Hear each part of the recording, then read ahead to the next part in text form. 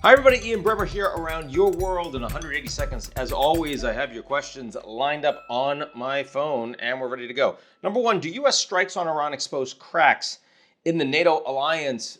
Not at all.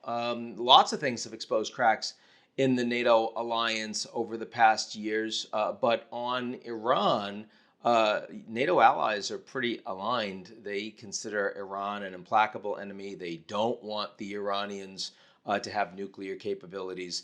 They don't support regime change, though they certainly wouldn't mind if the Iranian people were to rise up against them. So, on balance, even though views of Israel are widely differentiated across NATO, there's been a lot of support for what the U.S. is doing in particular over the weekend against the nuclear capabilities. Does Russia have the capacity to help Iran? They certainly have the capacity. What they don't have is the willingness. At the end of the day, this is a more transactional relationship. You wouldn't call it strategic.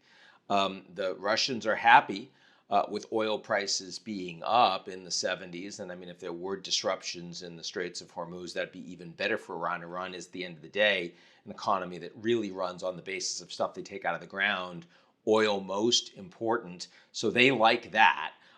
They don't like the fact that the Iranians are getting hit hard by the U.S. and by Israel, because that means less military capabilities that Iran can share with Russia used in the war in Ukraine.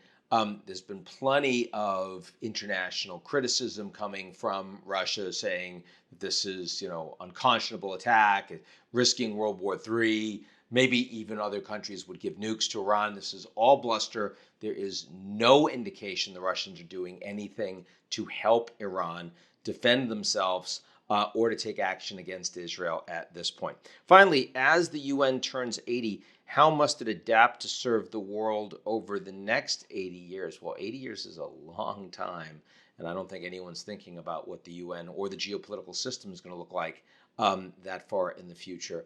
But certainly at a time that there is an absence of global leadership, having a forum where all countries of the world come together and share information and understand each other better is becoming more important, not less.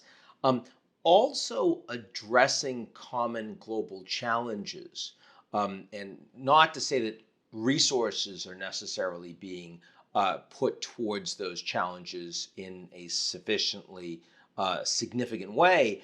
But when you know that climate is changing and everyone agrees what the causes is and everyone agrees that how significant the damage, you can start to decide effectively how to address it. When the world understands the state of play of global refugees and refugee flows or hunger and other humanitarian crises, you can better understand where you should deploy resources. So, I mean, is this becoming global government? Not at all.